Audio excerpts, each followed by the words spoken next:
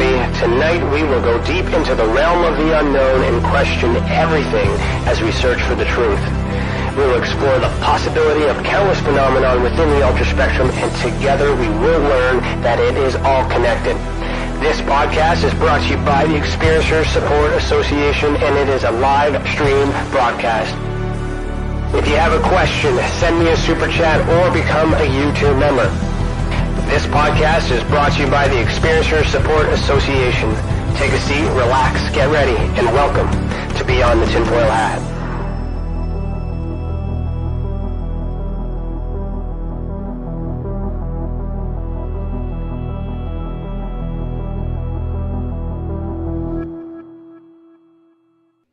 Hello, everybody. Good morning. Today is Thursday, August 24th, 2023, and I, Ryan Stacey, am your host this evening. I'm a licensed private investigator in Ontario, and I apply my skills to the UFO, paranormal, and consciousness phenomenon as the Director of Investigations for the Experiencers Support Association. Welcome to the channel, and thank you for joining us. I was going to say this morning. We're not doing evening anymore. For those who already are, for those who are already YouTube channel members or thinking of becoming one, remember that you get priority over the questions. You also get behind the scenes, extended footage, bloopers, and access to members only programs. All you have to do is click the big blue button that says join, and while you're there, hit that bell so you can be notified when all members of TESSA release their latest content. Okay, let's get the party started. Our guest for season 5, episode 9 is Sheldon Norberg. Sheldon Norberg's lifetime of seeking led him to years of study at the Academy of Intuition Medicine, his degree in psychospiritual healing from San Francisco State University, and a study of Chinese Medicine and Taoist science with Dr. Angela Wu. He has specialized in paranormal remediation of homes and buildings for over 25 years. You can find Sheldon and his work at www.healinghouses.com. So that's plural with houses, and it's also in the description below. All right, Sheldon, put on your tinfoil hat. We are about to go down a rabbit hole. How you doing? I'm good, but I really need to make myself a tinfoil hat just to protect my scalp and from all of the 5G radiation and what have you. Do you think these caps actually work for that? Or is that a market? I'm not so big on aluminum foil. I don't think lead foil I really want on my skin either. So I'm not too sure. I think a Faraday cage could definitely get the job done. Yeah. On that note, I was thinking maybe we should check the stocks on aluminum foil. Maybe it's part of their marketing plan, right? You could get a bump every time you come on. You might, want to just track that with your show. Yeah, we could. Yeah. Like that. All right. Well, that was kind of an icebreaker question already, but we're gonna do our official icebreaker question, Chris, if you wouldn't mind.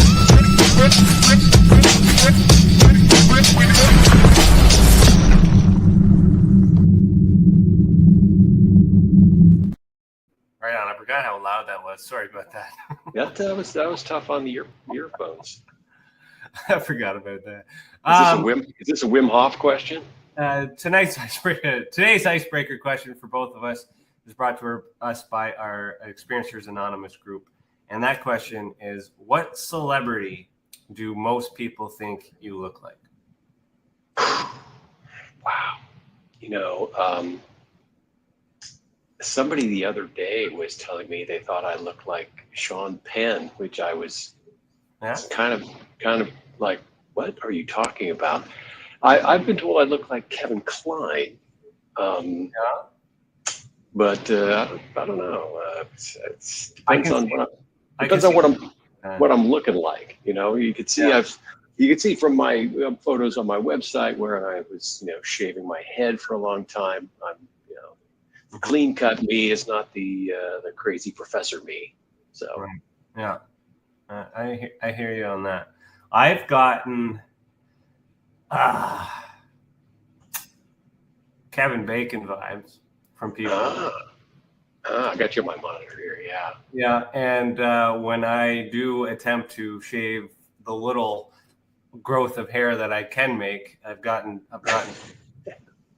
it's been called the Johnny Depp look, Ooh. but I never really had any of that. So those are the only two. There might be a touch of Cosner in you. Yeah, I'll take that. I'll take Cosner. I like that. Okay. That. No?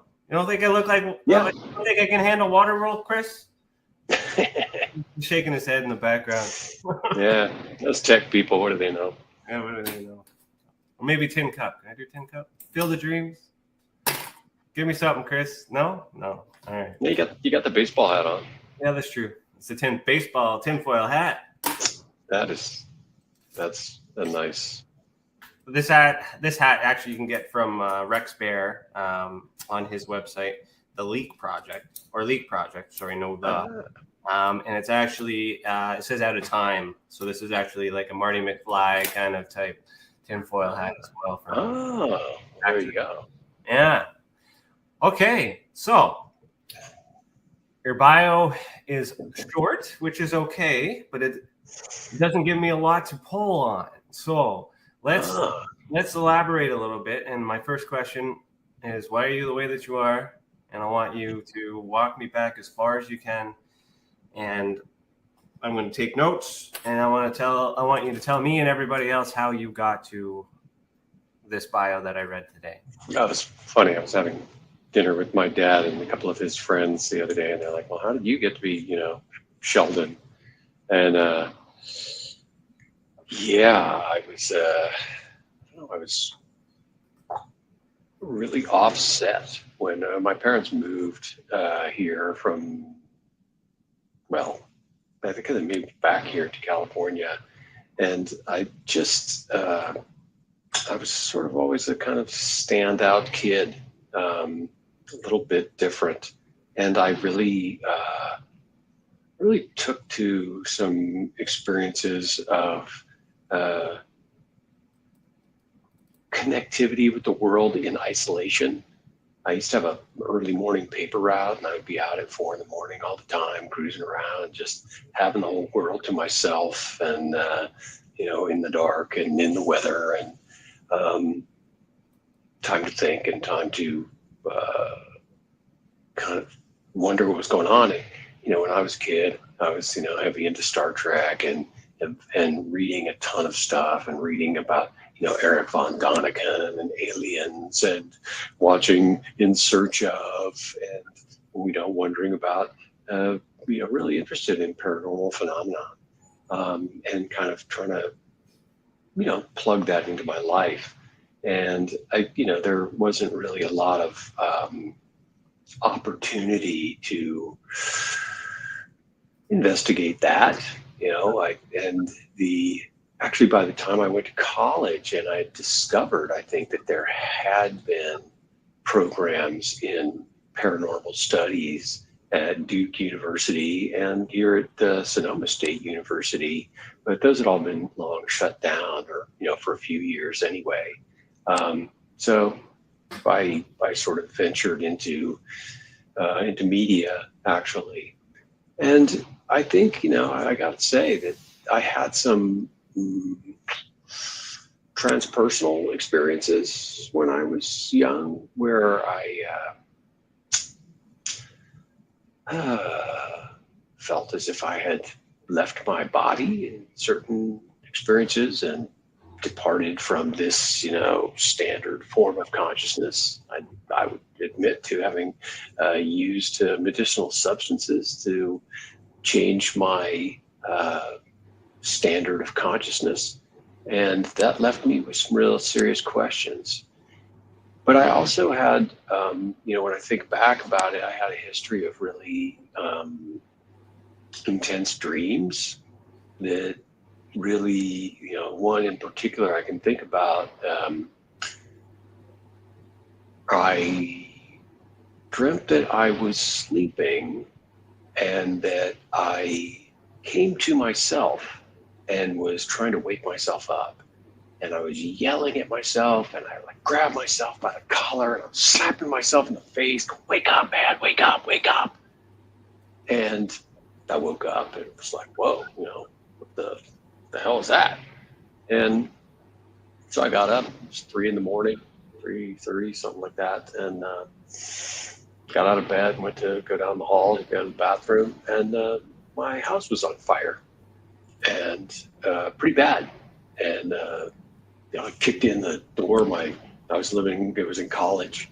I kicked in my friend's door and screamed at them and ran downstairs to get a fire extinguisher. And by the time I got back to trying to get back to my room, the whole house was engulfed in flames and burned down.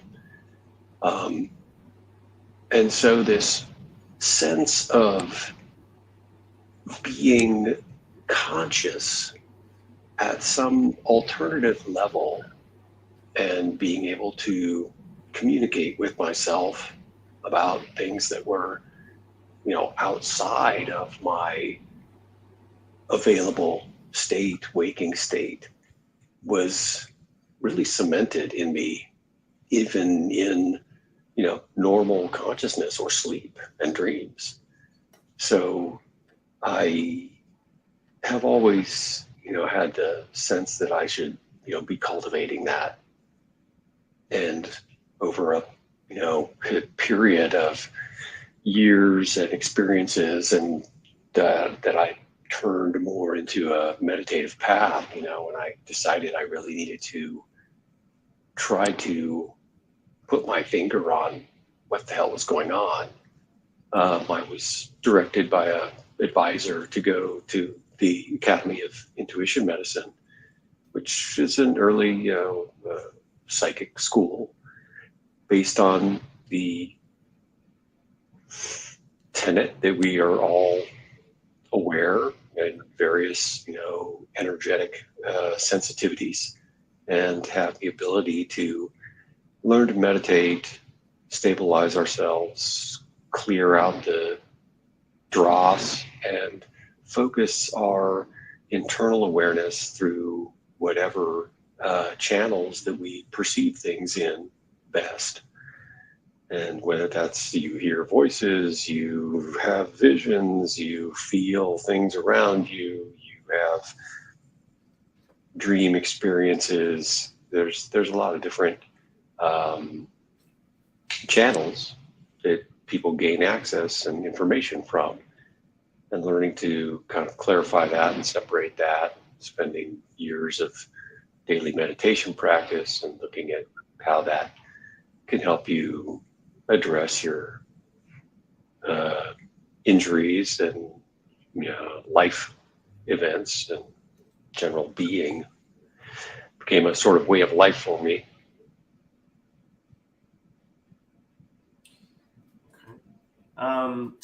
So I had a question there in terms of that as well. Have you? Yeah, I understand that thought process too, because the ability to sense what you sense, I believe that research has existed since the day we've been born, and there is obviously indoctrination and things like that to suppress these ideas and these things, and I kind of feel like that kind of happens around the time we start going to school. Prior to school, we're free thinking and all these other stuff, and Intune and all these other things.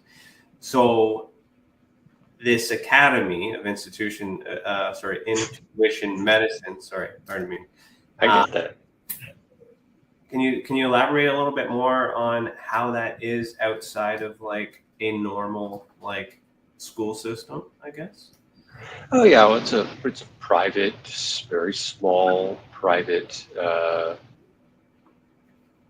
study center. Actually, they, after many years, the director got accreditation to give continuing education units. She got her PhD and wrote a book about her sort of history and techniques in energy medicine, is what she calls it, because for a lot of people, and you see the deluge of psychic healers everywhere, in using whatever the information assessing channels you may have to look at another person. Primarily the first job and first years you spend are about looking at yourself as much as you can, but you really do that best by reflecting on others and having, kind of this interchange. So the classroom experience a lot is about self-awareness, and then developing your tools for looking at other people, understanding the way that you get information from other people so that you can understand the way that you've been doing it all your life. You're like, oh, I'm always hearing these voices when I'm walking down the street, because my psychic sense is wide open. Well, you're listening to people that are walking by, or you're always feeling you're always feeling when you're around your family, things that you don't really feel like, because you're so deeply connected to the people around you that you are on this open sensory level of feeling their emotional stuff. And that's kind of a primary driver of a lot of the women particularly who come to class are just programmed or fall into this pattern of feeling for other people, feeling for people who don't want to feel, be conscious of their own feelings. And they carry around a lot of that, which can be unhelpful. So the intention in class is to learn to separate what you're carrying, what you're sensing of other people's feelings from your own. Clarify your own, deal with your own issues of things you've experienced that you can, then you're traveling back into looking at your past history, much like, self-hypnosis or hypnotherapy or any kind of deep therapy. But as we said, it's like doing the psychic training is like 10 years of therapy in 1 year, because you're continually addressing the layers of your internal energy body and your physical body and your nervous system and your history, and unearthing these chunks of, wow, I didn't realize I was holding on to this rock when, of this, bad emotional experience when I was 20 that I've been carrying with me for 15 years and armored over, but needs to be lifted out, massaged out, vibrated out. And, often it's much easier for another external viewer to see that, to feel that, to hear that, to sense that, and to tell you that, so that you can, be aware of these things. And as you kind of go through this exchange of sensing yourself, reflecting on others, discussing with others, and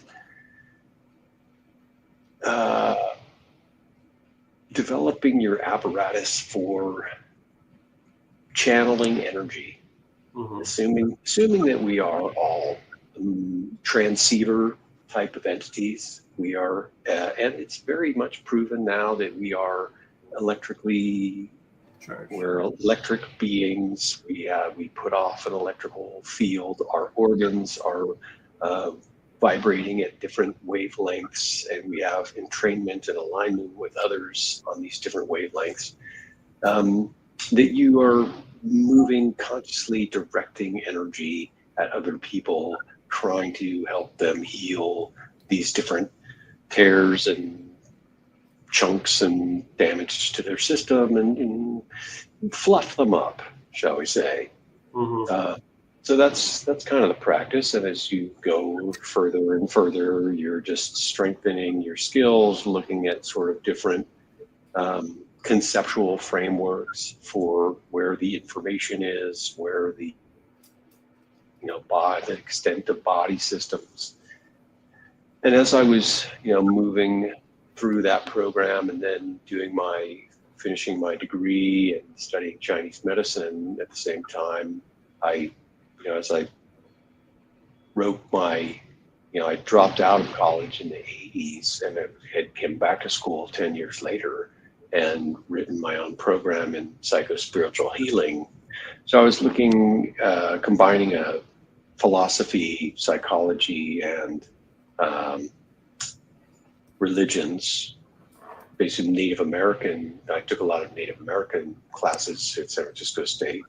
And studied with Jacob Needleman, who's a really great, well-known philosopher of particularly of Ouspensky and Gurdjieff, and was doing alternative medicine, because I could track all those programs together there, and sort of develop a program of my own, which then fell into a Chinese medicine study, which has its own energetic layout and a really distinct history of looking at the world and nature as energetic phenomenon and energetic beings with its own deep meditation methods that lay out to the energetic body, that lay out to the energetic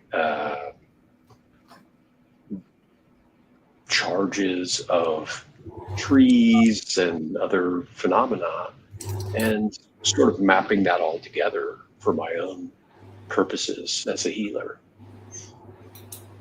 Mm-hmm. It's fascinating. I'm into this. And I wrote a couple of questions down too, because I'm just I don't want to interrupt your thought, but to come back to the Academy of Intuition, Intuition Medicine. How old were you when you joined that? I have a thought in my head here. About 30. Okay, so and this is coming from internal theories that I have when I do research. So I do research on the people, on how the phenomenon affects them, to try and understand what the phenomenon is. Is it normal? Is it us? Is it all these other things? So that's the reasoning for my question. It's just, I assume you went through a normal school system prior to that. So if you had these early age self-thought, astral travel kind of type experiences, then you joined school. Then after you were done school, you found this academy. Did you find that the school system that you were in suppressed these abilities, and you rediscovered them after you completed, sometime between the end of that till you got 30 and then joined the academy? Like, or that, or I myself, or that I continued my own consciousness exploration outside of the permissible school system. Mm-hmm. Yeah, it's just the reason why I'm thinking that way is just because I have a little one that is so smart and very in tune with things that you mentioned, but she doesn't know all of these things yet, and we're about to put her into a school system. So I'm thinking to myself in advance, maybe there's some things that we could do on the outside. At this point, I really wanted to allow the system to do what it's doing, but give those guided lessons throughout life. So what would you recommend if you could talk to yourself as a child going through that school system? Yeah, I am not a huge fan of homeschooling. I did a lot of, I studied also when my kids were young at a place called the Institute for the Achievement of Human Potential in Philadelphia, which is another, will get me going sideways. They have been studying infant neurology since about 1959, and developed and discovered quite accidentally that infants could learn to read. And the director wrote a book called Teach Your Baby to Read in 1962.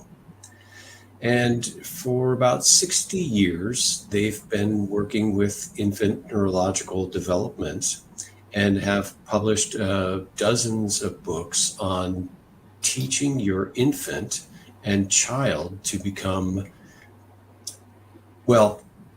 49 weeks of the year, They bring in families of brain-injured children from around the world and present their 1-week program, intensive program on their campus to help parents learn to remove the obstacles, or to actually help their brain-injured and severely brain-injured children become above average in intellectual and physical capacity.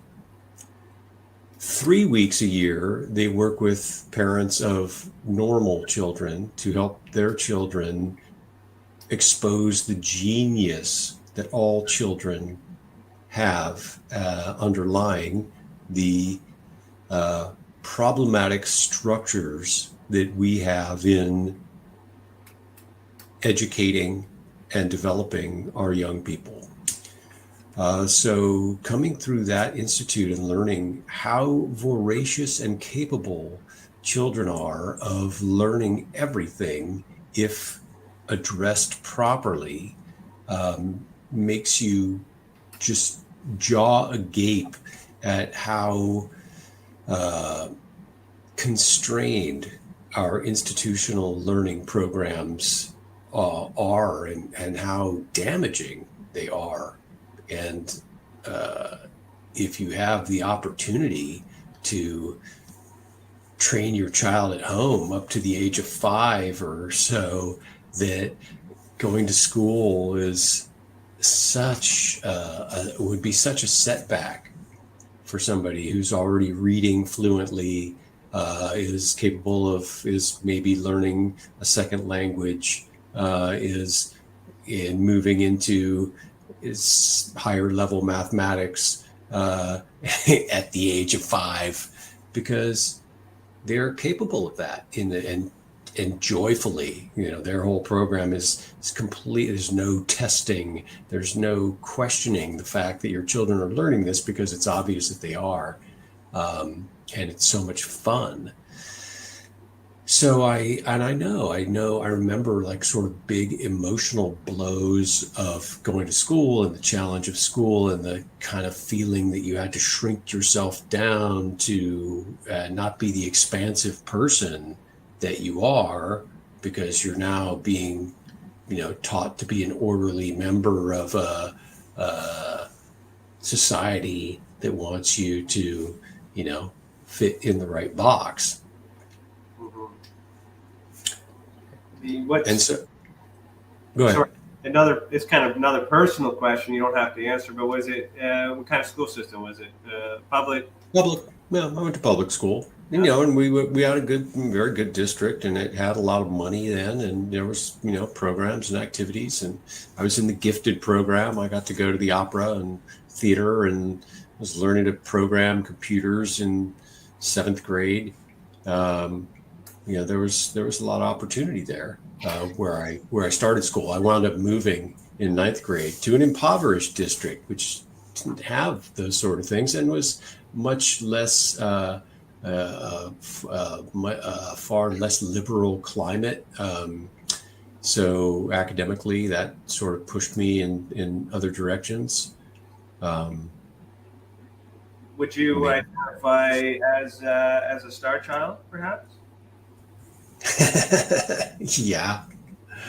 I kind of figure we all are, but it really, having spent the time I said at the institute that I have, I really see that every child has that capability, and that simply removing the restrictions from the way that we educate our children and giving them the kind of opportunities that we can just lifts the lid off of all of a kid's innate capability to learn.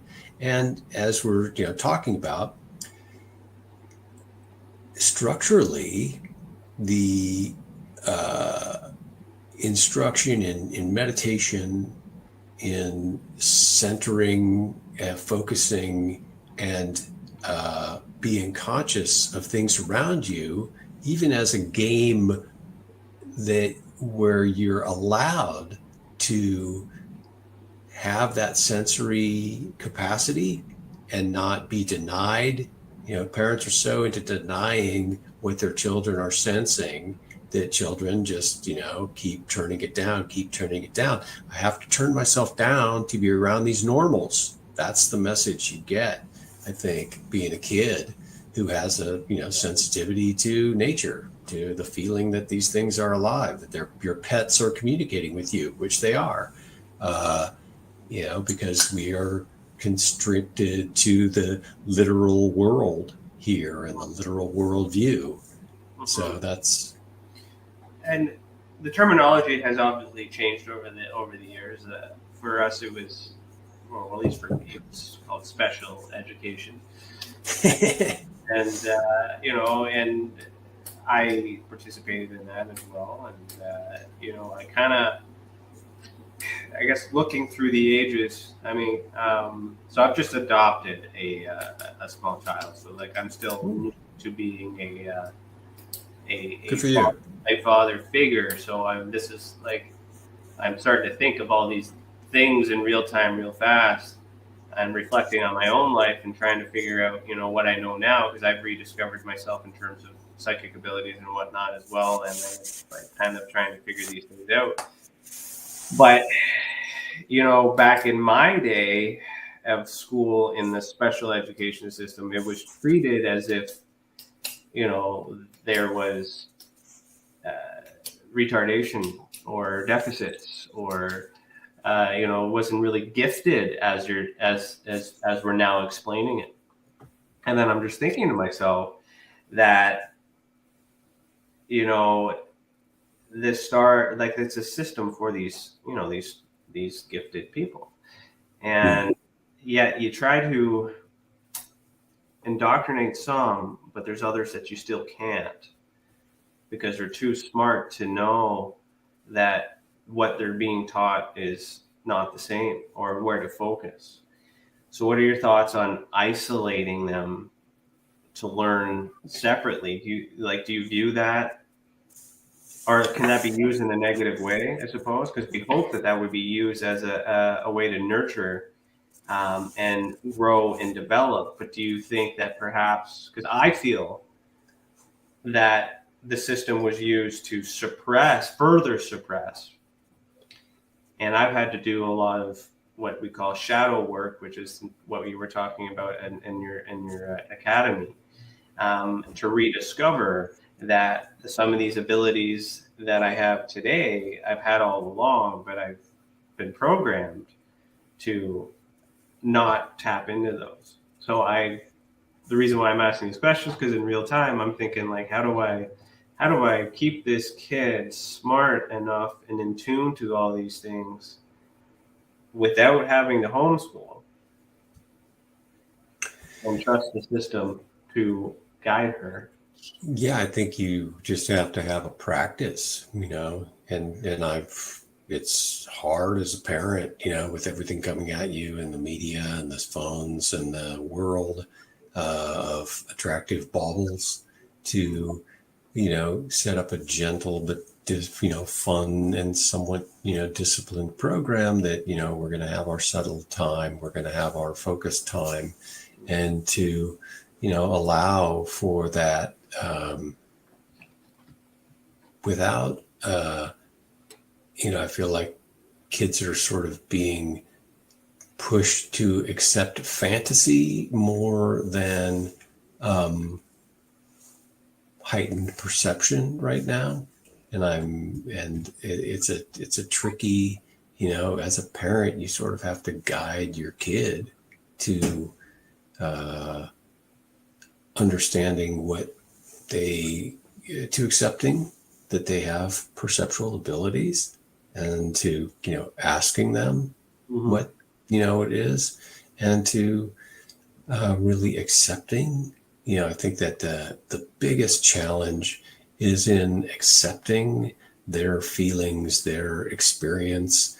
We're so quick to deny that our children are having consciousness of whatever, and and push them to the kind of lowest bar of the standard materialist model. No, honey, you can't be. That doesn't match the materialist model of, hardened material science. And, kids aren't living in that world. And so that's, I think, the biggest thing you can do to support them is just be understanding of their perceptions and accepting them and asking, and quizzing them about that. How does that feel? Like, it's just interesting because, like, the older generation are starting to accept the fact that they've been star children all along, but then the star children are now having star children, right? So it's interesting. Okay, so let's talk more about the Chinese medicine and Taoist science. So that's where you kind of segued into. How is that? Like, what is that, and how do you apply that? I guess we'll get into your paranormal remediation after the break, but how does that fit in? So there's this dude. He's a Thai Chinese guy. His name's Montauk Chia, and he wrote a series of books. Here's one, Iron Shirt Qigong. So you've heard the term Qigong and the energy practice that's become very popular. It's an outgrowth of Tai Chi. There's a series not only of martial arts, but these internal meditative art forms, starting with Tai Chi.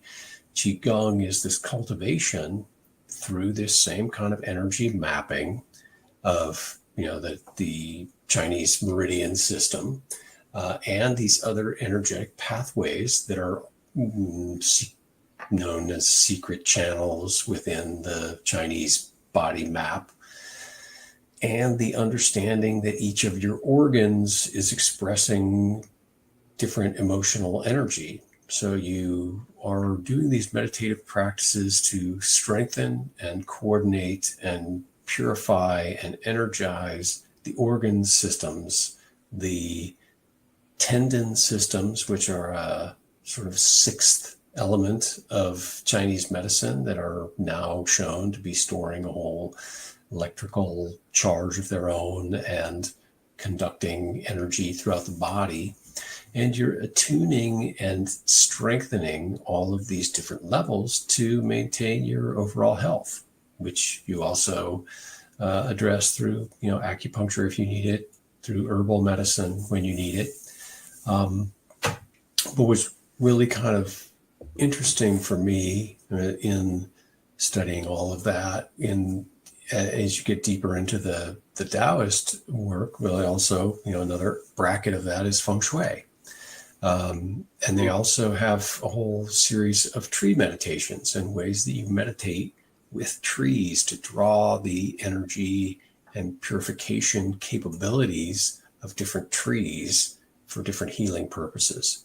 And I spent a lot of time in the forest, hanging out with trees, and had been doing my own sort of modified version of that for years when I came upon this and began a tree meditation practice, began doing more of the Qigong exercises. And I had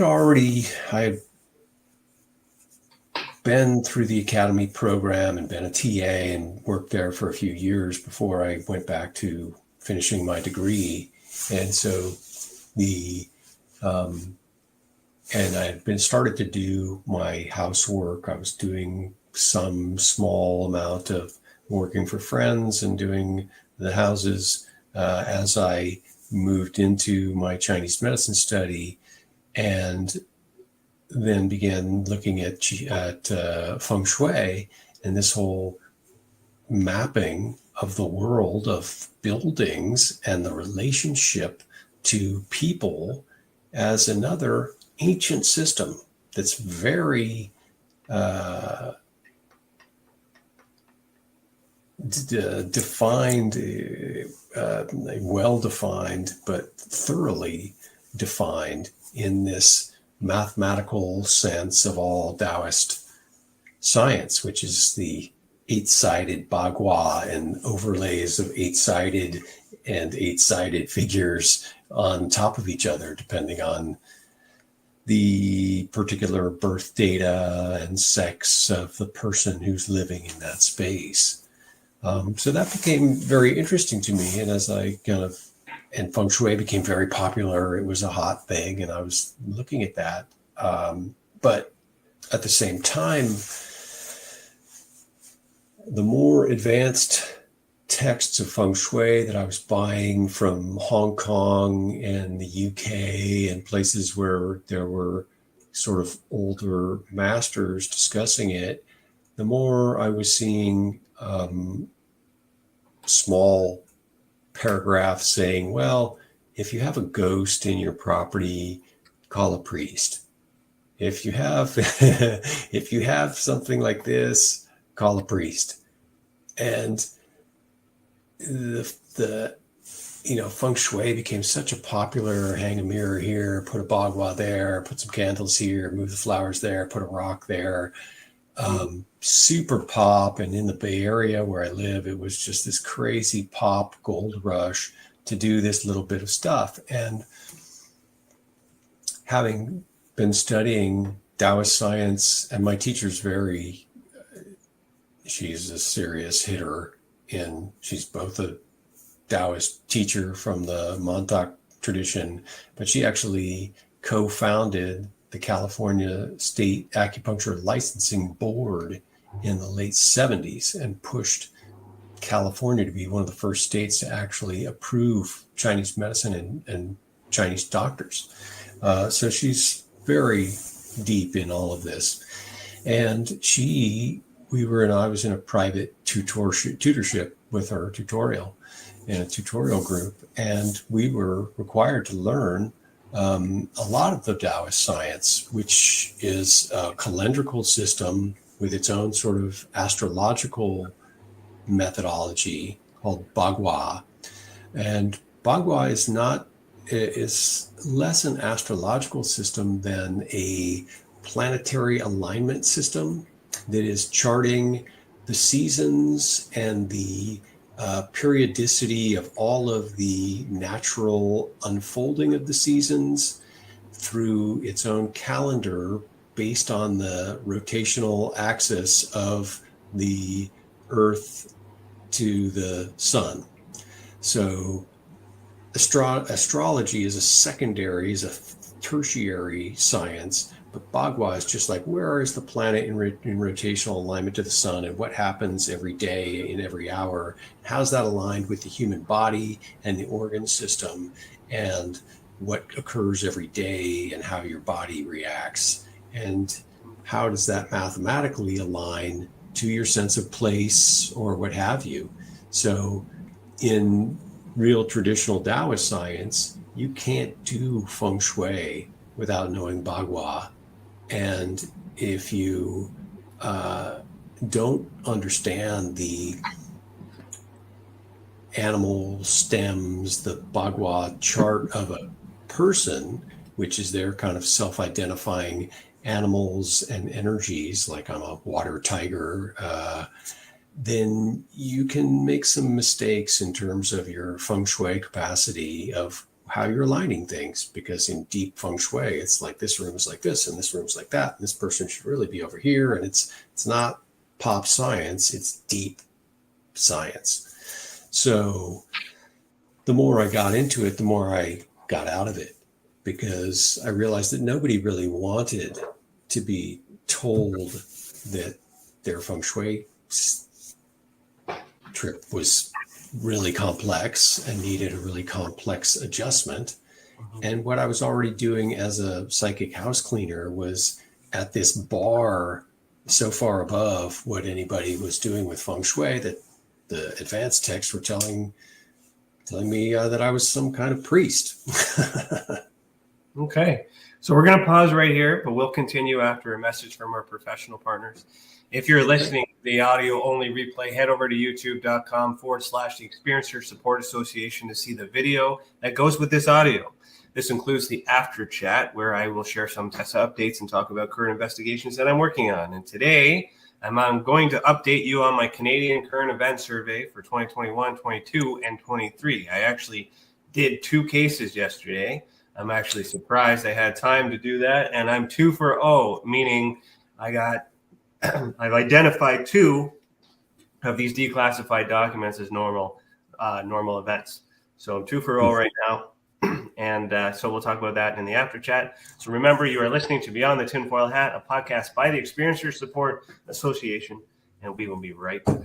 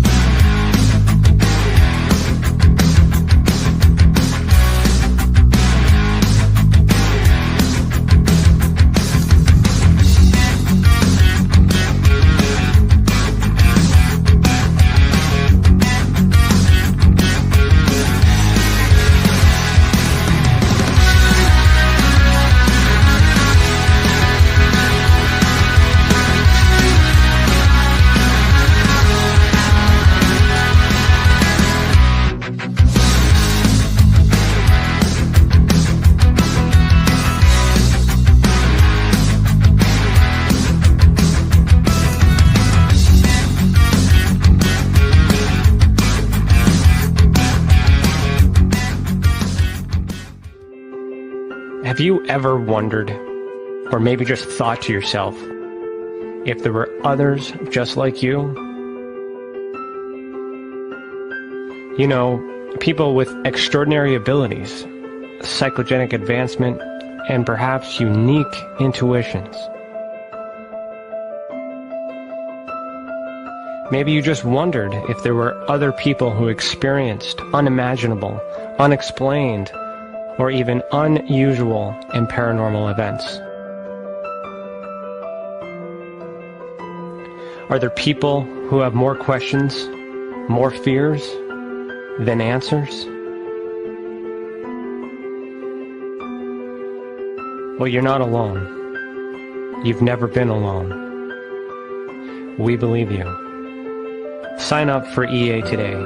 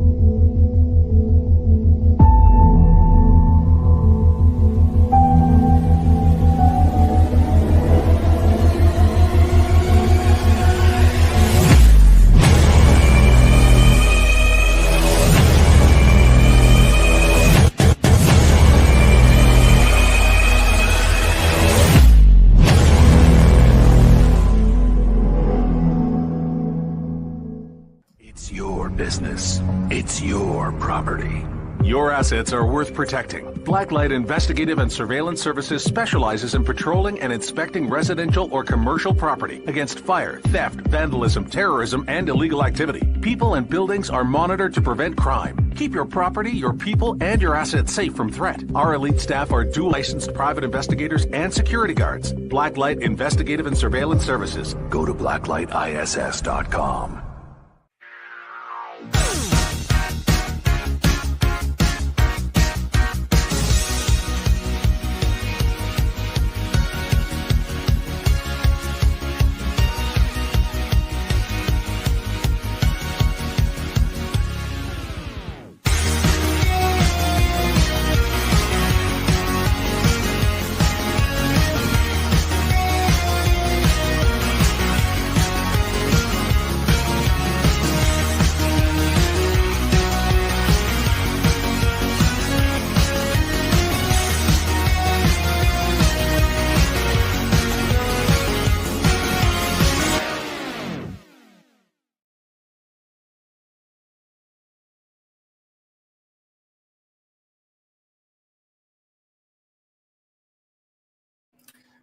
Welcome back. You are listening to Beyond the Tinfoil Hat. Have you ever experienced an unexplained event involving paranormal, UFOs, extraterrestrial, dogman, or any other paracryptid?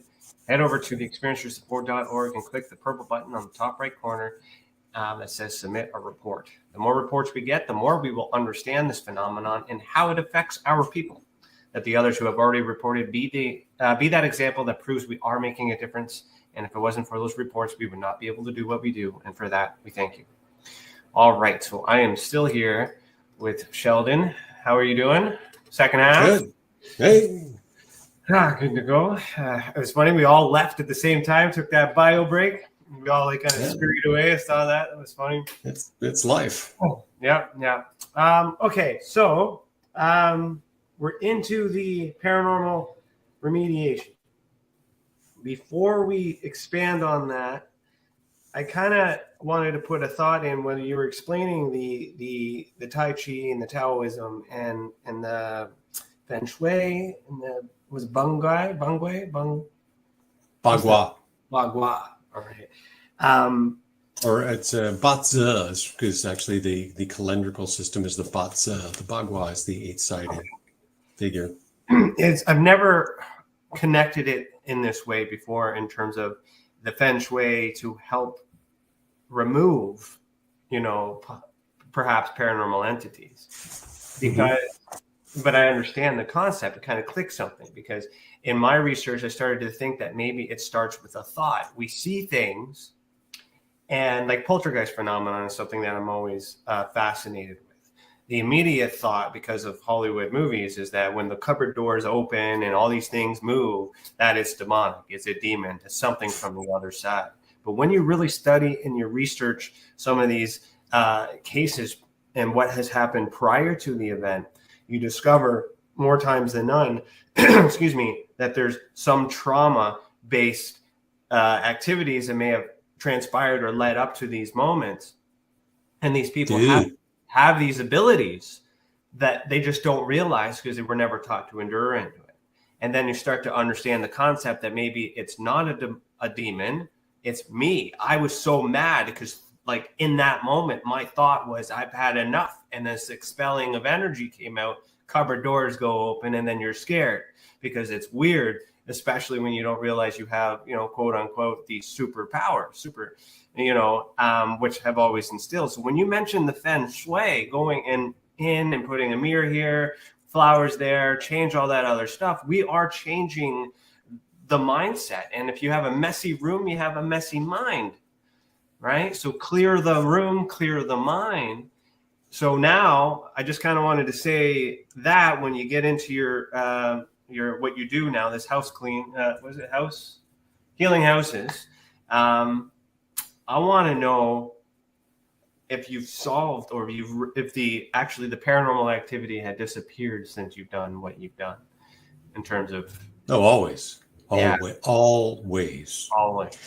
But I will tell you that you are exactly on target in terms of poltergeist activity, in terms of my personal experience. And so, coming back to this Feng Shui framework, Feng Shui was developed as a way to make the kingdom and the palace most secure and beneficial to the king. So the whole alignment is for the king's energy and the king's court and the king's protection and the king's army and the nations, centering in the palace. And you're applying those sort of levels to it. And within the context of where you are in nature. Are you in a mountain enclave? Are you in a forest enclave? Are you, and how do you align to nature and the actual physical phenomenology of nature and nature energy? And, you look at Feng Shui and it is principally, these critical decisions are made about the direction that your front door faces, the direction with which you leave the building and enter the energy of the world, which changes every year. And in Feng Shui, you may have to move the entrance to your house. Nobody in America wants you to tell them, yeah, you got to start, moving to the back door of your house now. But that's the energy which surrounds you. Whereas the energy of the actual people and as you said, these flare-ups. So in the few poltergeist activity cases that I've worked on, there were distinct, and I frame almost all of my work as related to human bioenergy. But there were distinctly actors still living in the home who had intense emotional charges that they were completely unaware of, and that were clearly flaring up and causing these discharges. And, in my training at the academy, one of my best friends, who's a, practicing intuitive healer, pops light bulbs like nobody's business.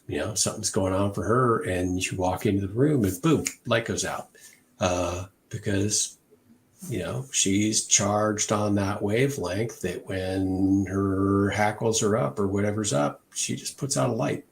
And we've all, all of her friends are like, Randy's here, and we know that.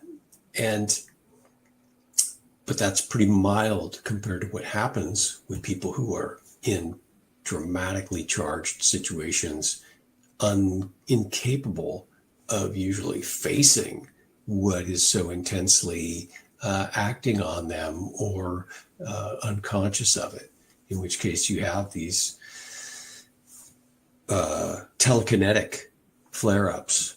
And I've had, clients like, oh, stuff's, the things are flying off the walls. The medicine cabinet is, dumping its contents. The dishes are coming off the shelf. And you talk to them for long enough and you find out they're in the midst of trauma, and is, repeatedly subjected trauma that they can't address within their family structure or however it's going. Only one case of poltergeist activity would I say was being operated by somebody who was no longer alive, and that was a suicide. And in suicide situations, you get that, depending on the case, of course, you can kind of get that hard charge of despair and intently focused on communicating to the people who are living there. But in pretty much all cases of my work, and I'm also, an investigator in this sense, and really not an easy believer. I was sort of forced to start training at the academy, and played prove it every step of the way to reinforce what I was experiencing. And when I started working on houses, I was amazed at what was happening, and just was kind of stumbling over myself to believe that I was both perceiving things that I was later were totally verified, and that I was altering the sort of substrate of the energetic space with my practice. But it just kept being reinforced. It kept being reinforced. And I kept going into more bizarre situations and resolving them. And just like the, cloud lifts, the energy dissipates, and the feel of the house is completely different, or the house sells the next day. And I've done that so many times in such radically different situations. I say in my book, if my clients call with these bizarre situations, and I say, well, I'm not really sure I can help you. But, I know what I can do, but I don't know what I can't do. And I'm always willing to take a flyer and see. And generally, the weirdest situations, be they attacks by birds or animals, or complete breakdown physically some time, in situations that the client doesn't understand, related to the remnants of the people who've lived or died there. They all seem to be resolvable through my meditation and energetic practice, which is, years of cultivation. Mm-hmm. Okay, so I got your website up here. Let's explore the website together, and you can tell me, everybody else who's listening, where to find. I do see your book at the bottom here, so when we get to your book, we can look at that as well. And so let's explore your site here. And what would you like to talk about? Well, I have a whole, there's, interviews and discussion of how my work works. And certainly, and there's, I think, a link to a page where you can listen to a few chapters of my book, my audio version. I released this book about 10 years ago, and it didn't quite hit the market very well. I think at the time, I kind of wondered whether I should be focusing on cities. I love my work. I'm deeply committed to it, and my clients are always very happy to have found me. It's just a bit, it's weird. It's a weird job, and it doesn't, it's not something that there's a natural progression of that. Oh, everybody's calling to get their house psychically healed, because it's such a sort of odd case of things to do. And people don't want to accept that, they have a problem. Most of my clients find me as sort of a last resort, because they feel like they're going insane and they can't trust their own perceptions. And they just sort of, after a bunch of searching, sort of stumble across me. And that's how I've, other people do recommend me and refer me. But it's not a standard process. Although in, one of the end section of my book is all about how I've discovered that these sort of processes occur in all these other cultures. In China, you have feng shui, and in India, you have pujas, which are these cleansing rituals for all kinds of activities, including moving into a new house or after the death of someone in a house, when you're getting married.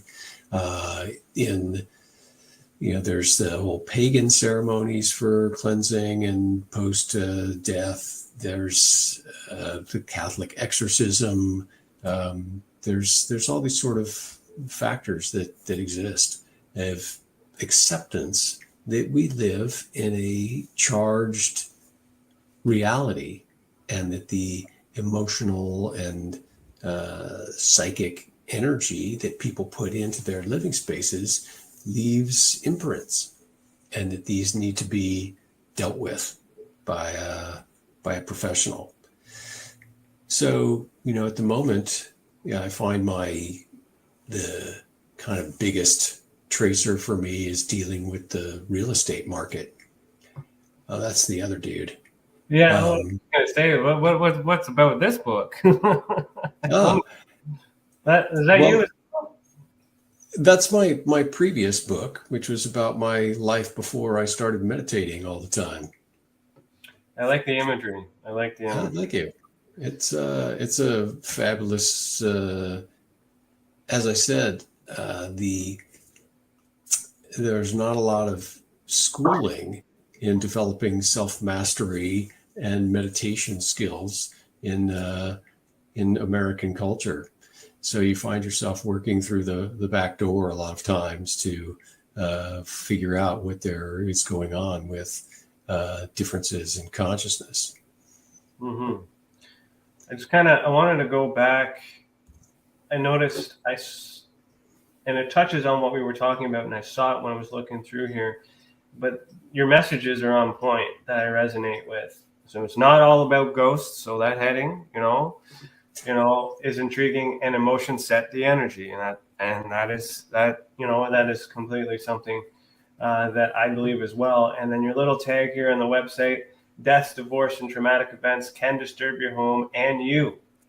So again, my message to the community here is that we are I probably would say 90% responsible for the activity that is happening in our home based on how we're feeling and based on what we're thinking.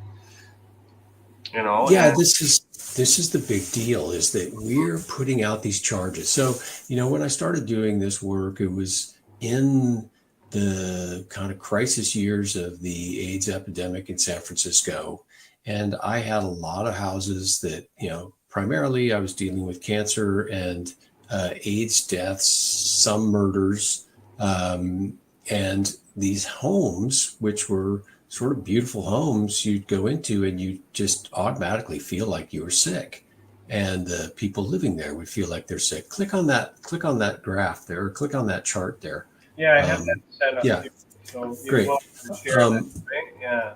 And the inhabitants of these houses would have these terrible dreams, right? So they'd move in. I remember I had a client bought this condo from a guy. They were from the family. The guy had died of AIDS, and he couldn't use the bedroom. Couldn't use the master bedroom in a very expensive and nice condo. He lived in the other room because he was just having these horrible dreams that made him sick if he was sleeping in that room. And I went into that room and it felt like my whole world had caved in on me. And as I, in my practice is I'm meditating and allowing myself to experience consciously the feelings that are in the physical space that I'm working in. And that feeling was such a terrifying death of decay of the body, with all of my loved ones hating me. It's like these men who died in this abject terror of this, terrible condition, while their families threw them away, while their lovers ran away from them, while everyone left them to die painfully alone. And the anger and sadness and pain that they lived in would just fill these rooms until the room itself was sick and would make anybody who came into it feel sick. And this has been, it's a kind of classic, my kind of classic joke in my business is that I go to these houses, I meet people. I was doing another house in San Francisco, and we had dinner with my client and her neighbor. She invited her neighbor over, and we went over to her neighbor's house. And her neighbor was telling us that we were crazy and I was a madman.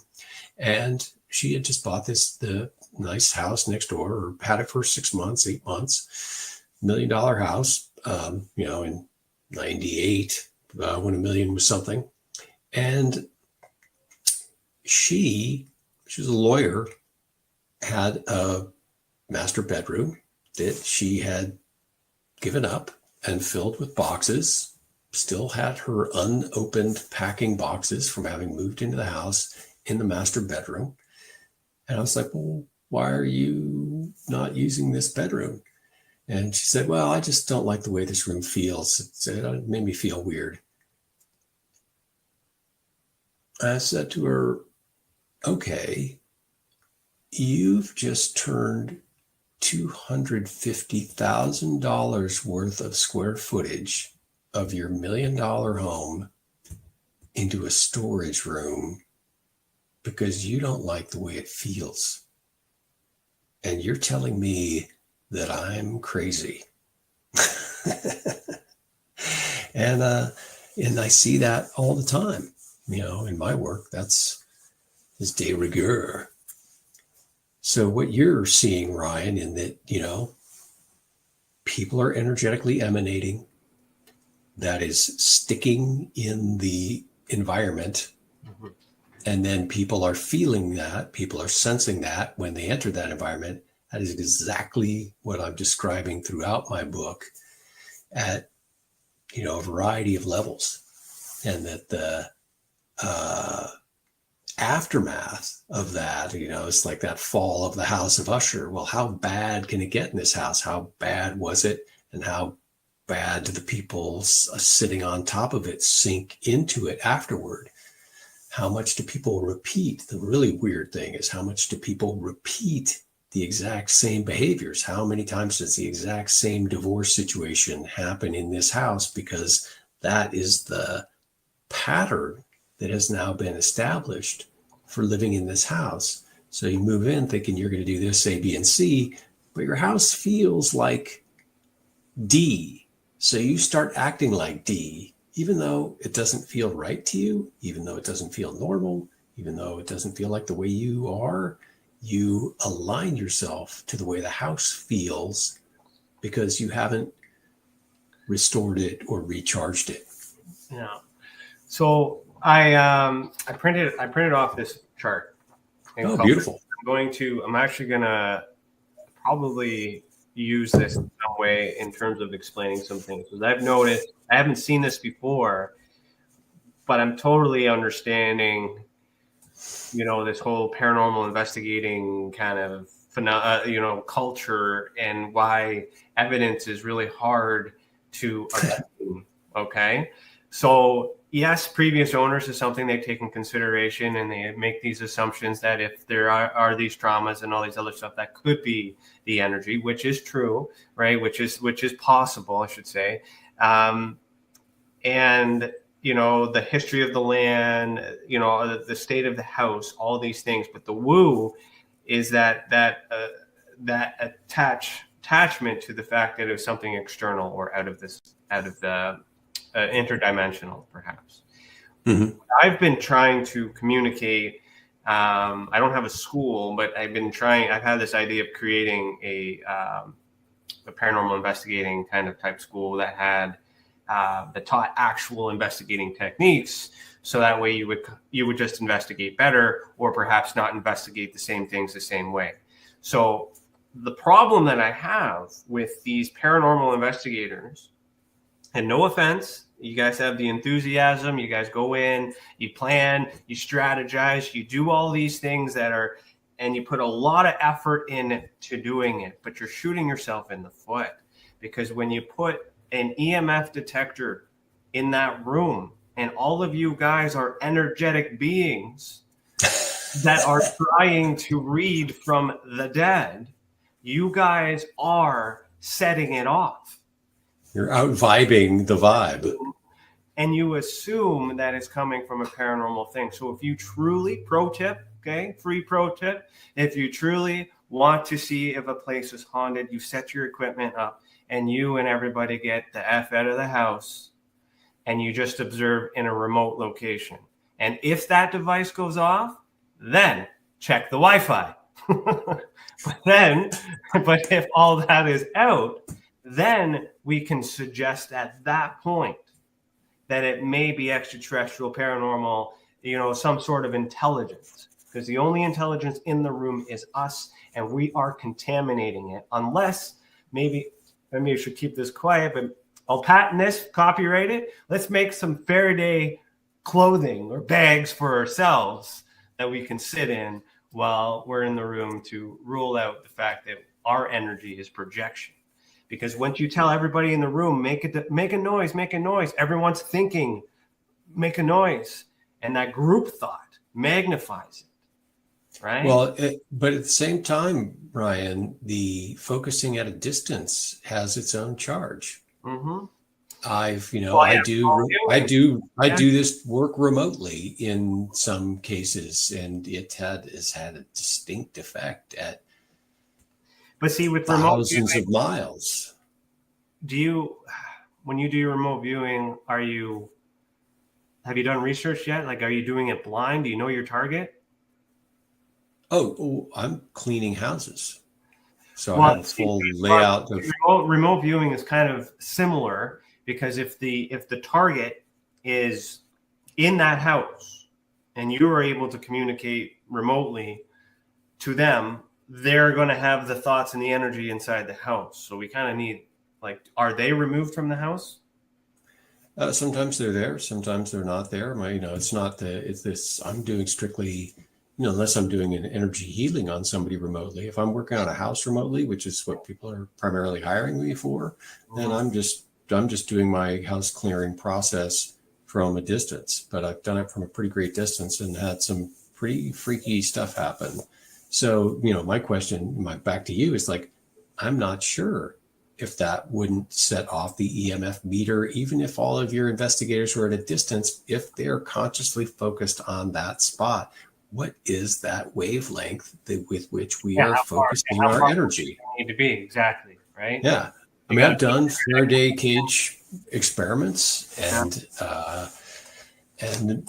moved energy. I did a study at the Institute of Noetic Sciences under Dean Radin, where, I don't know if you've ever heard of the double slit experiment, where viewers are asked to focus. They have a photon gun that's shooting through a slit, through a pair of slits, and it's being tracked with a monitor on the other side.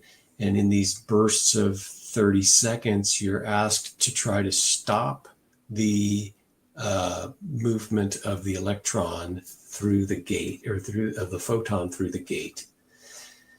And I did so well at that they invited me back to the second level with another Taoist master and a Qigong dude. And the really strange thing was I decided to try two different methods of blocking or of changing the movement of the photon. And they were kind of freaked out by my results because I had both a blocking action and a coherent action, which they didn't see with anybody else. So when I was trying my second technique, it would make the photons focus dead center on the bullseye and much more accurately than average hit the target. So it seems like, according to current physics, that the emanation of focused thought is having an effect on physical matter or wavical matter. So I couldn't, at what wavelengths that can be focused or perceived by equipment, I don't know.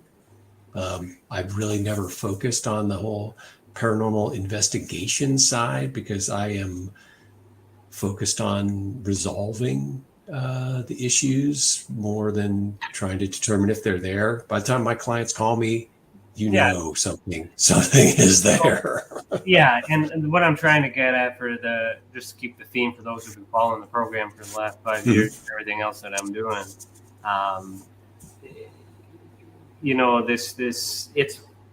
I cannot study the phenomenon if I can't capture it. I cannot do any UFO work if you don't have any photos or any videos. So I'm not going to sit around and wait for this evidence to come forward because it's not happening. And the only thing that we can study is the people and ourselves. And when we study the people and ourselves and we accept all these assumptions, kind of explains it away. Now, is there an afterlife? Is there unseen entities from interdimensional beings, time travel, all these other things? Like, all those things could still exist. All those things could coexist. It's just this particular part that's investigative driven in terms of how do we get proof that these other things are happening are a little tricky. Because we associate at least the idea of ghosts with demons, with Halloween, with all these other things, but really these are all, human orchestrated pagan type things and all these other stuff that we were, doing for certain reasons with rituals and doing all this other stuff that we just talked about. It's that belief that there's an afterlife because that we're holding on to. I'm not trying to go all atheist here, but that is where we get caught in terms of, I want it to be a ghost because we've had lost loved ones that have passed, and we want evidence that when we pass too, that we're going to go somewhere. And the place that we're going may not actually be the place we're actually going to. A lot of people think up, maybe let's think out, right? Outer space could be like outer on this plane, not out. Well, if you're a reincarnationalist and you read the Greeks, you're I'm getting a phone interrupting me. How weird. If you're reading the Greeks, they believe that you're dissolved and re-enter with your consciousness and spirit wiped clean, and then enter this sphere again as some other being, perhaps with some memory. There's this Japanese film called Afterlife, where when people die, they go to it's like the campus of an abandoned high school, and they get 1 week in which they review their life they say there's counselors there that they talk to, and they get a week to determine what memory from their life they would like to keep with them. And then they reenact that memory and film it so that they have this one memory that they get to keep going into their next life. And in the end, it turns out that all of the counselors were people who either committed suicide or couldn't remember or couldn't determine what their memory that they wanted to keep was. And so they get stuck there in this middle position and become sort of counselors, listening to all these other people run through their lives and determine what they'd want to do with their lives. Very interesting movie, and a very interesting kind of concept of death.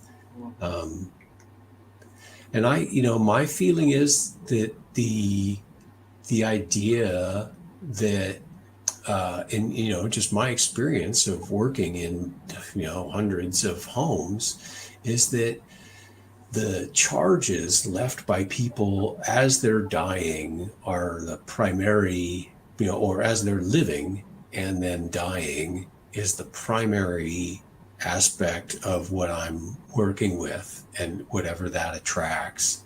And secondarily, there do seem to be people who are so intent on communicating something that somehow their remnant energy is pushing in to this nighttime, dimension when the veil is weakest, and communicating to the people who live there, trying to push some presence, some awareness, some call for reconnection into this sphere. Mm-hmm. But the idea that they're animated beings of broad purpose that enter back into the space of the living and act as independent entities is not something I've really experienced in a lot of this work. It's very driven to specifically resolve issues or reenact or hold on to the pattern of living here as if the people had not been prepared to die, or were conscious of their death, or were still so attached to their life here or their fear of transcending that they are kind of on this merry-go-round of having some presence here that hasn't recycled. Okay, we're down to the last 3 minutes, so this would be final thoughts. What do you want to leave with our viewers? Where do you want them to go? How can they find you? Where are you going to be next? I have a few other podcasts coming up. They can always find me at healinghouses.com. You can click through to the audiobook and listen to several chapters of my audiobook on there. Oh, if you can pop back to that graphic for a sec, I can even just talk really quickly about, the way that I frame up what a house looks like. And you can see that there's kind of these different energy piles of the emotional energy and the physical environment and the history of the building. And in a lot of cases, there's this kind of whole financial level when you're dealing with, selling a house of, who built it and what was their aspect and how is your relationship with your realtor. And you're sort of outside of all this. And I have a different chart for inherited houses, which have all of this background of your own family investments and relationships with your family. Where do you These are the primary. I have an inherited. The chart. It's on the page. There's another page that just, if you go up to the menus, there's another page that shows both these charts. Okay, I'll find it. Keep going. Yeah. So these are the different charges that I find in every house and the aspects that you are kind of working around the ingrained energy of a house when you moved into it. And you may be entirely unaware of this, but a lot of times anytime you move into a new space, you're moving into whatever emotional patterns and feelings and events have transpired there in the years prior to you being there. So any house can always use a ritual cleansing of your own design or any design. And many houses need something more. And certainly houses that feel harsh, that make you feel depressed, that make you have bad dreams or give you repetitive bad dreams in your bedroom. These are places that you should be aware that you need to be aware that you have to separate yourself from the house and understand that the house is affecting you because you're a perceptive, aware entity, and that these situations can be healed and that help is available. All right. I was not able to find it in time. Where would it be? Scroll up.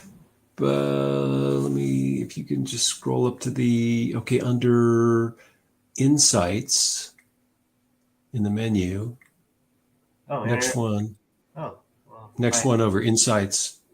Try Insights. Inherited home. This is it right here. This is it. Yeah.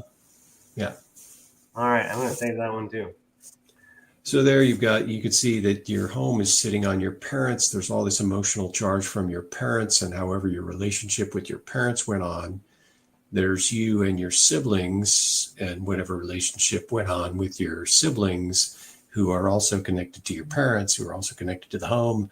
And then there's the law and the kind of breakdown of your inheritance situation. I particularly focused on this as a chapter in my book about a house I worked on that was inherited by twin brothers after their mother was killed in a carjacking incident.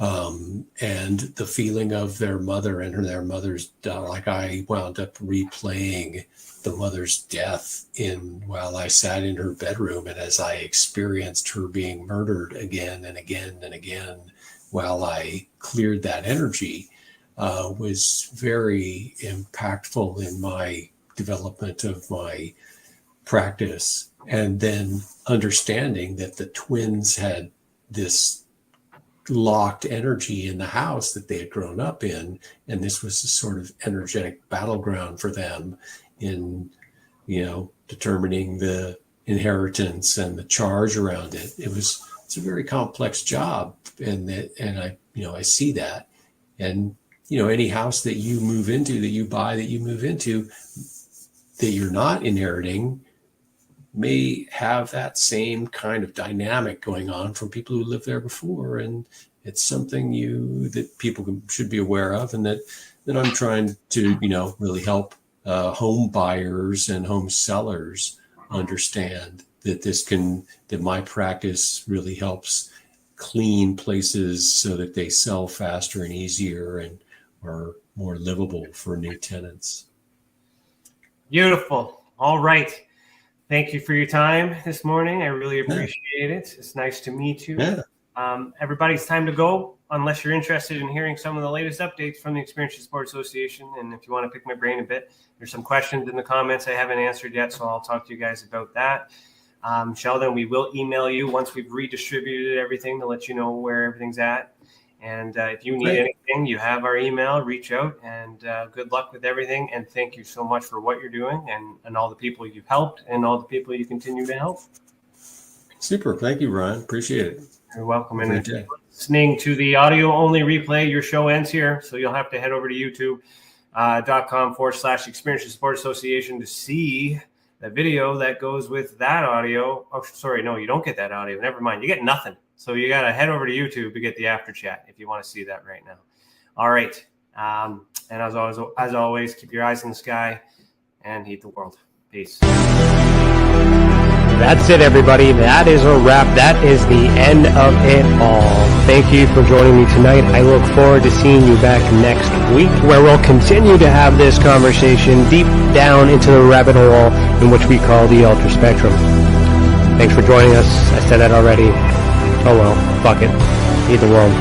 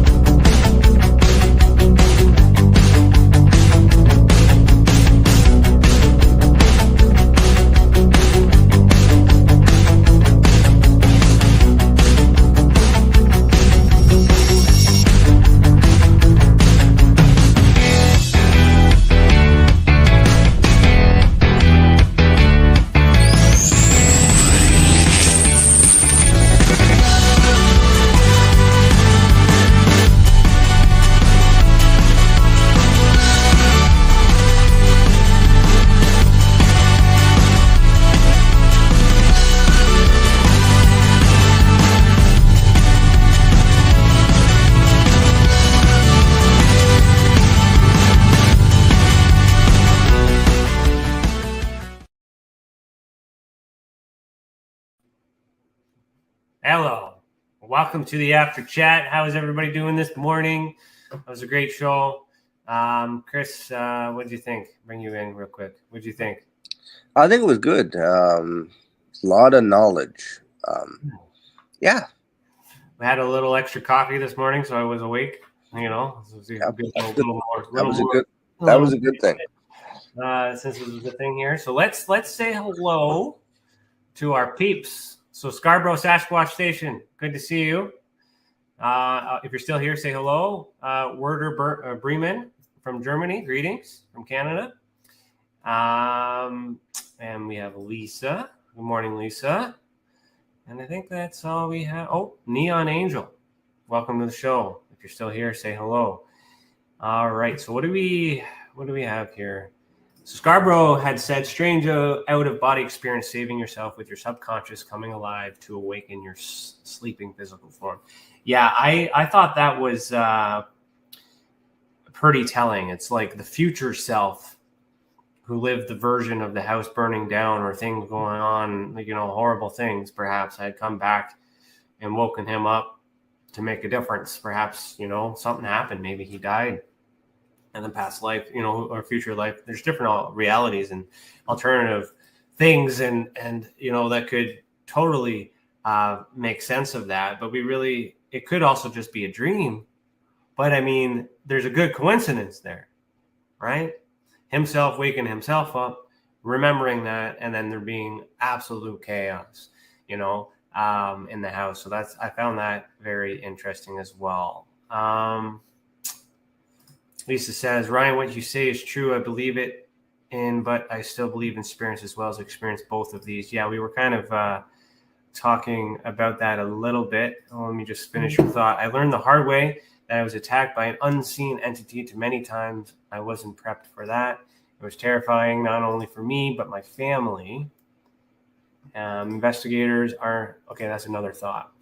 And then you had said, Ryan, explain an unseen entity taking hold of you. So when I say ghosts, I mean the transparent, lucid kind of images or orbs or these energy visions, I suppose, that I don't think actually exist. And what I mean by that is I believe there's evidence to suggest that there's some sort of human manipulation or human event that causes us to see that, or technology. So when you take pictures and you see things that weren't there with the human eye. So there's a lot of human things that do that.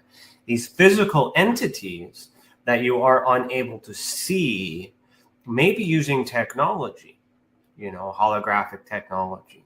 We see that, so there's a difference in that. That doesn't mean that's not happening. It's just, it's different. And when I understand that there's no ghost, that doesn't mean there's no extraterrestrial beings that are somehow infiltrating our minds or infiltrating our space.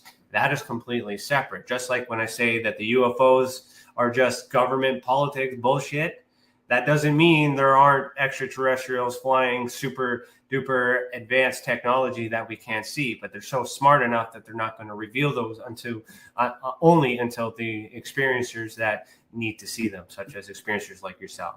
So they're so it does exist, but it what we're told exists. There's a lot of mud in the waters.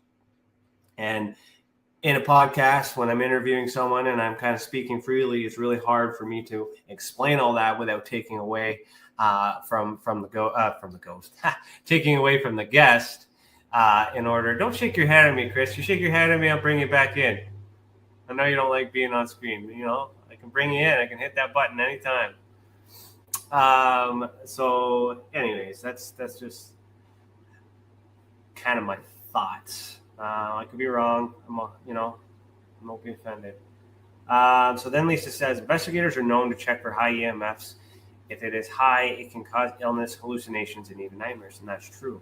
And we get that from our 5G towers. We get that from our Wi-Fi. We get that from this computer right now.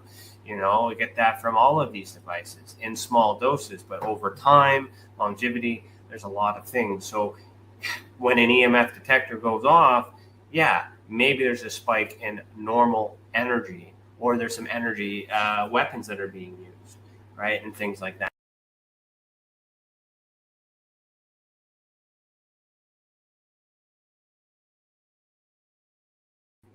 I don't know what happened there. Chris, did you boot me out? Did you just do that at a spike to be like, I can bring you in? You're like, yeah, I can bring you out. No, you didn't do that? Weird. And maybe the energy is causing a riffle in the Wi-Fi. Who knows? That was strange. Okay, so let me see here. Neon Angel, you said I never get notifications.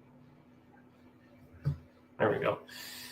So by unchecking these boxes, it will show you specifically what you're looking for. Declassified events, residual energy, places where visitations took place, government buildings, all that stuff. You can remove that and just simply look for aerial activity if you would like, anything like that.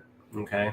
And these little heat maps, if you will, they have these images, they have some explanations of all these other things. So you have fun with that.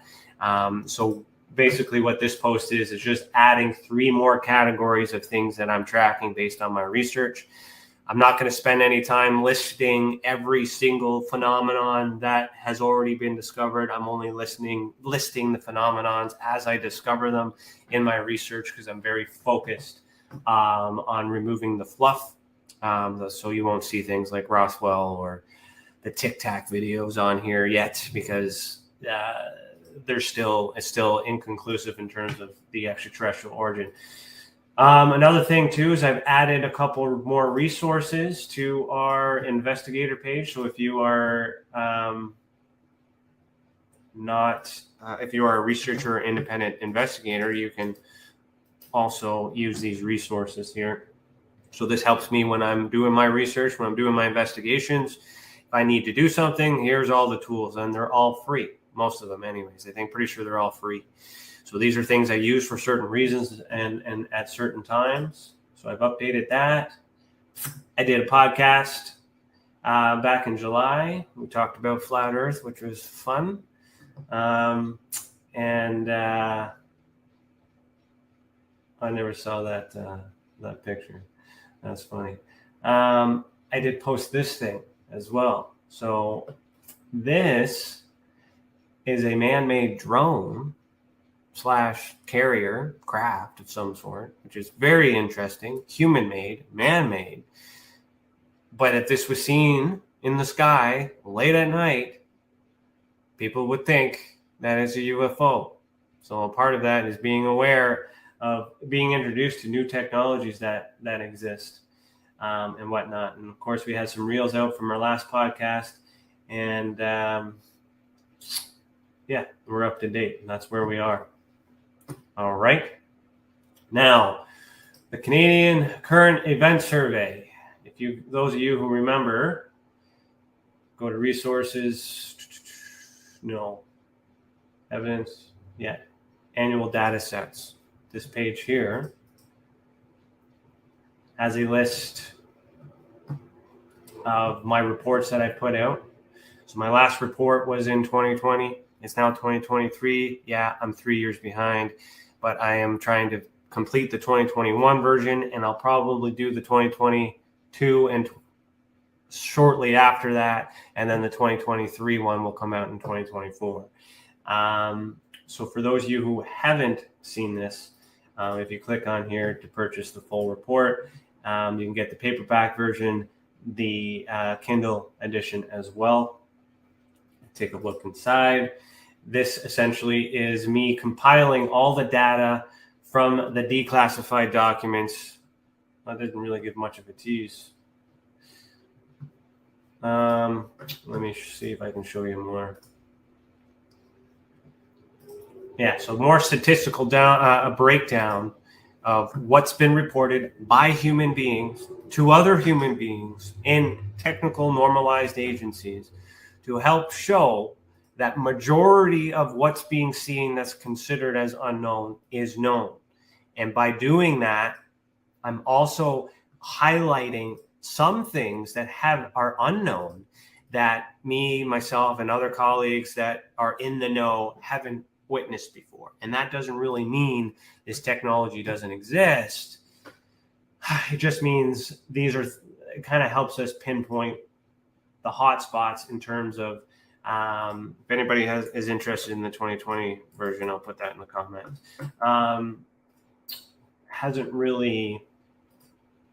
We haven't solved it yet, but at least we know what to ask for and when to ask and who to ask for it.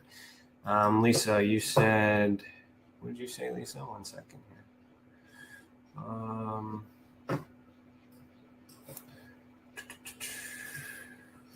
The world is round. Globe, I've seen it. Yes, you've seen it. I know. In an astral travel. and in a experience. I have not had any of those things. So until that happens to me, I'm still convinced with the measurements that I've made on the ground. So let me see here. I've seen a sphere size of the moon glowing a bright orange moving slowly until it disappeared into the clouds. What was it? Sphere size of the moon glowing a bright orange. So see, now you have to get into sight. So are you seeing it in this 3 dimension, or are you seeing it in your mind's eye? Are you seeing it in this other place? Do you have the gift and the ability to see things in real time in this ether, in this outer space that is there? That could be the reason why you're seeing some things like this that we can't capture, because it's in a different place, it's a different time, or it's in a different dimension. So we're now that and if that's the case, then that could be anything, right? Give me a picture to show that it's in this 3-dimensional world plane that we're in, then I can help normalize that, right? But right now, the lid has been kind of broken wide open on this. Oh, thank you, Lisa. Have your book. Love it. Perfect. Thank you. So give you guys a little teaser on some of the images that I had already put in this book on the 2 cases that I closed yesterday.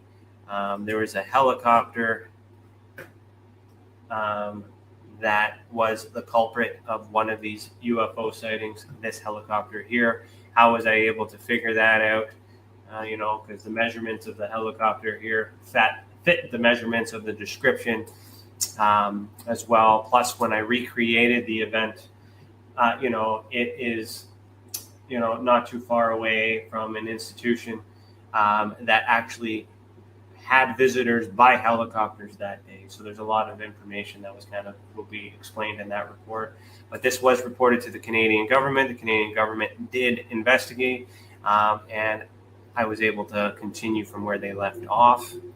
Another case that I've been working on was interesting because it was 1,000 feet away from the United States border, around and about 41 kilometers away from the shoreline in Lake Ontario, near Burlington. What was interesting about that is this photo right here. Chris, what are your thoughts on this? In this video, let me make it. I'll try and make it bigger here. Hold on. What do you guys think that is?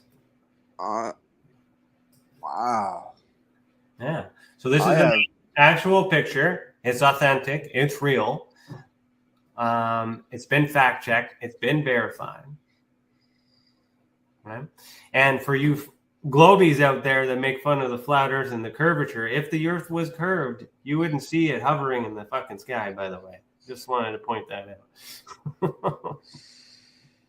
Could still be a globe, Chris. Don't have a panic. I'm just saying that the plane that we live in is bigger, is wider. There's more land. There's more continents. There's more resources. There's more people. And that's where all these things are kind of taking place because we can't get there. Think bigger. Our planet isn't small. We're not a planet. We're not a small planet. We are the center of the universe. So anyways, do you have an explanation for that? Where'd you go? How dare you? How dare you remove yourself? It's okay. All right. So you don't have an explanation for that? Nope, not at all. Here's the explanation. It's a phenomenon called a super mirage. When the weather temperature changes. You got cold air and progressively warmer air. And in discovering that phenomenon, now I had to figure out, how to do that. I checked the temperature on that day, and there was, the right conditions to create this phenomenon. And that is why this witness is seeing what appeared to be a UFO that resembled a barge of some sort, or a freight freight vessel. I'm not in the Navy. I have no idea what kind of boat that is. But it looks like a barge or a freight vessel to me. Anyways, so that's was debunked in terms of that, which are 2 government declassified documents that were labeling them as UFOs, an unidentified flying object, but it is a flying object, but now it's been identified. So the purpose of that is to once I am at a point where I have no longer any information to identify, then I'll reach out to my colleagues and see if they can identify them.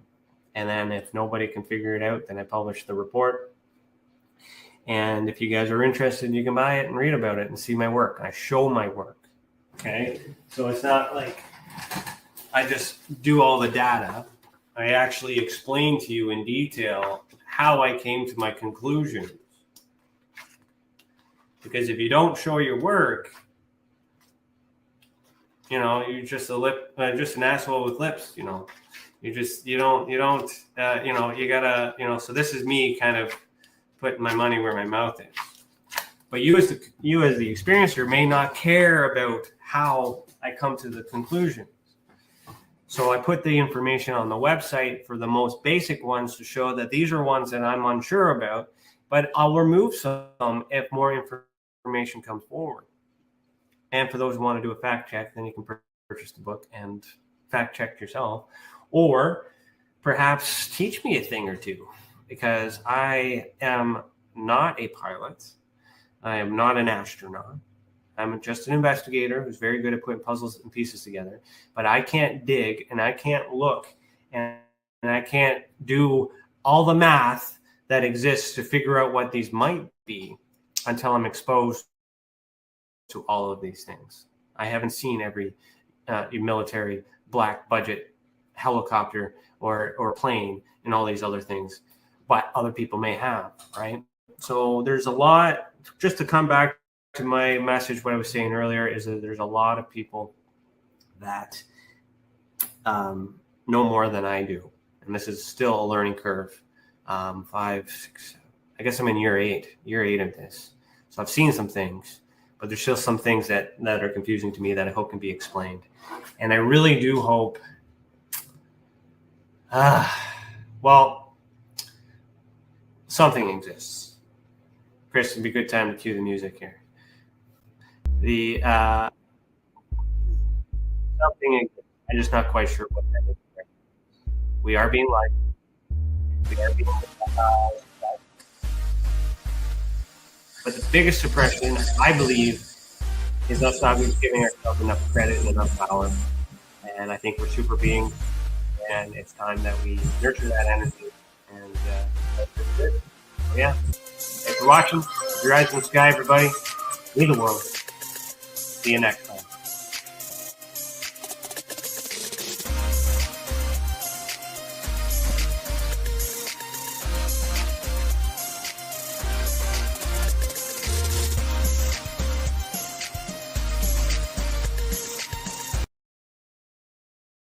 If you want to really find out about Ryan, ask him about all his work and UFOs in Ontario. Ryan is one of Canada's leading new UFO investigators. He conducts and oversees UFO investigations on a constant basis. He's compiled a tremendous amount of data regarding UFOs in Canada. I have used his research extensively. He's much more than a one-dimensional character. He's an authority on UFOs and investigating them, Meg. Wow! Really goes over how UFO investigations are done and what are some of the mistakes that people make when